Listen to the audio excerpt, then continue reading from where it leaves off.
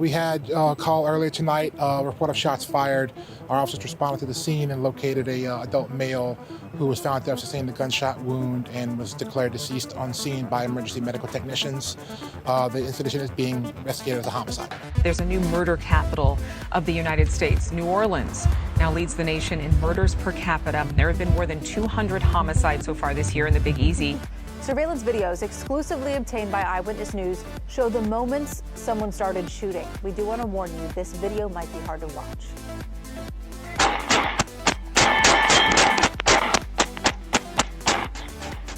This is a very unfortunate incident.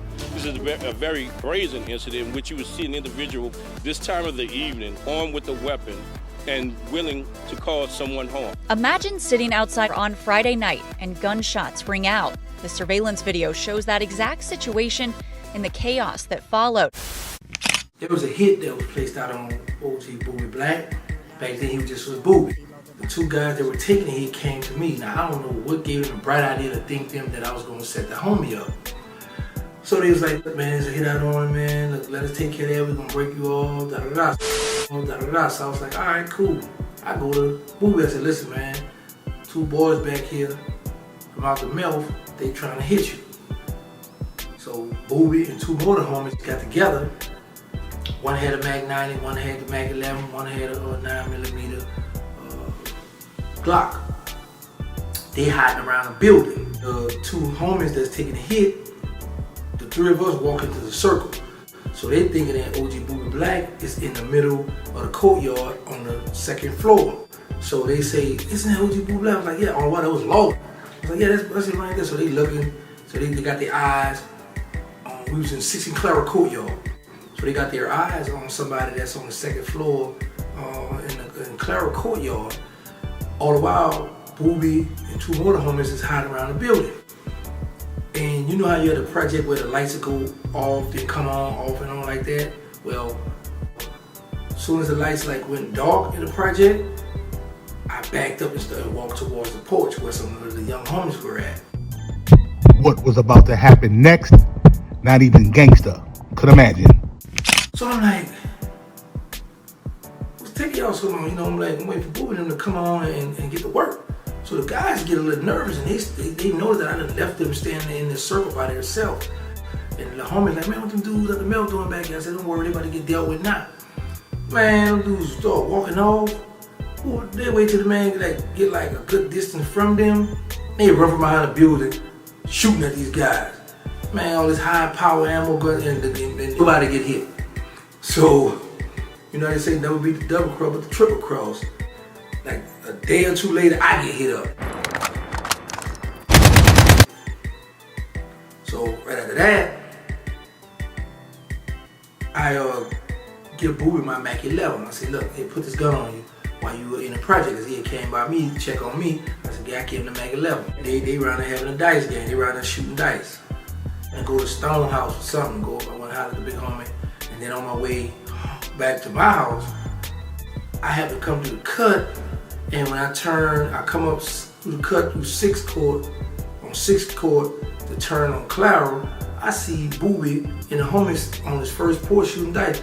I say, man, why y'all on his first porch? Somebody could spin the bin on you and y'all hit. I say, what a gun did I give you? He say, such and such, what my gun? I say, you get a gun and such and such say, oh, it's in the hallway. I'm like, in the hallway? They got it in the hallway, little utility box. So I'm like, man, you tripping, man, get that gun. So he got the gun, he give it to Boobie. Boobie put the gun in his waist. I leave. I said, man, get from off this porch, y'all go in the middle of the courtyard so somebody spin the bin, at least y'all can up or, get some shelter first. I leave, go home, get in the tub. Right out the tub, my mother was bandaging me because I had when they cut me open, they let me heal from the inside. So my mother had to put bandage in my wound. So as I'm laying on the bed, she bandaging my wound up, my wall wound. I hear these shots going on. I'm like, oh mama, that's Boobie getting all that Mac. I'm thinking he working. I'm thinking somebody, that jumped out there. But now we were beefing with two other guys that stayed on the same side of the project with us right down the block that was out for blood. So as I hear the Mac, I'm hearing not the Mac, I'm just hearing shots go off.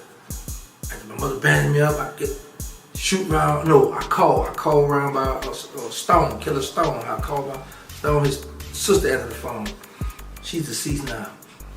Wow. She's screaming and hollering on the phone. Oh, they just shot Boobie up. So in my mind, I'm like, okay, Boobie been hit. Let me go around here and check, see what's going on. Get there, he already gone to the hospital. We get to the hospital, I go in the room, he land in the bed, they got his arm still attached, he still got his arm still there to show he hit up real bad though.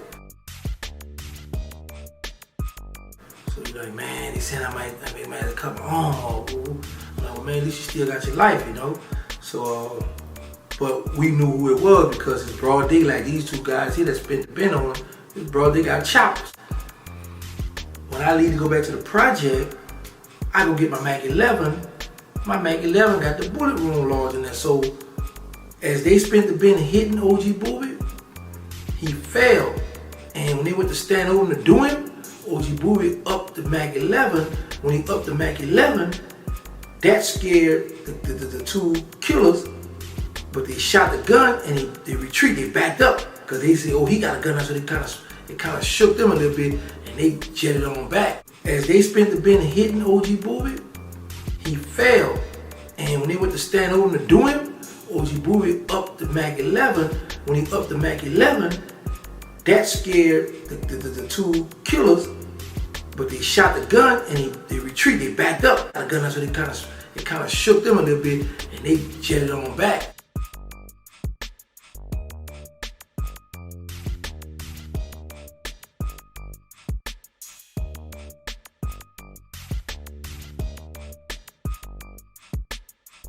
So,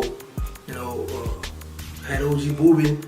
Now, first of all, let me back up. Had I not come through and got on him about getting that gun and putting it back on him,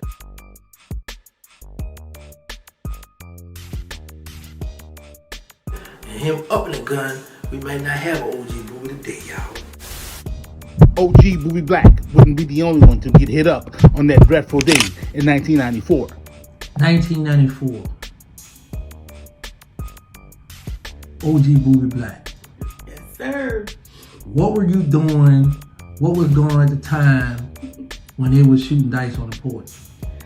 What I was doing was sitting on the porch looking like everybody else. It was a normal day, everybody was doing their own thing. And they were shooting dice. I was sitting on the porch with my little cousin. And walk me through, like, when the shots started ringing out, what were you doing? What did you do? Before the shots started ringing out, and that goes with any shooting in the project, if they have time to warn us, they was like, everybody get inside, everybody get inside. So instead of me and my little cousin getting up to go inside, which we would have had to walk around the corner through the way to get to our porch, we just sat there and looked and was nosy. A lot of people didn't get up, but a lot of people did. But I sat there, me and my little cousin. And the results of you sitting there, what happened? The results of me sitting there was when Boobie actually got shot. I don't know how, but the bullet that hit him, it skinned me on my butt. And I have a hole in my butt to this day. So hold on, you was like on the same porch? Like where were you, how far you was sitting from him? I don't even know what it was that I got hit with. I didn't even know I was hit. But I was like on the next porch or two. The next porch. And you were sitting down or standing, like when the shot, you jumped up to try to run in the hallway, or? I think I was sitting down, but I think I was kind of like standing up because we were trying to decide was we gonna make it to go through the cut, but we didn't have that much time. Okay, so now, at what point did you find out you were bleeding? I found out I was bleeding. My little cousin said, dang, I was like, what? He said, you bleeding. I'm like, bleeding? Well, why? And he said, you bleeding. So we went home, and as soon as I got upstairs, my auntie said, dang. I said, what? She said, come here, let me see. And she said, you bleeding. So she took my shorts down in my underwear, and she said, girl, you bleeding bad. And they rushed me to the hospital.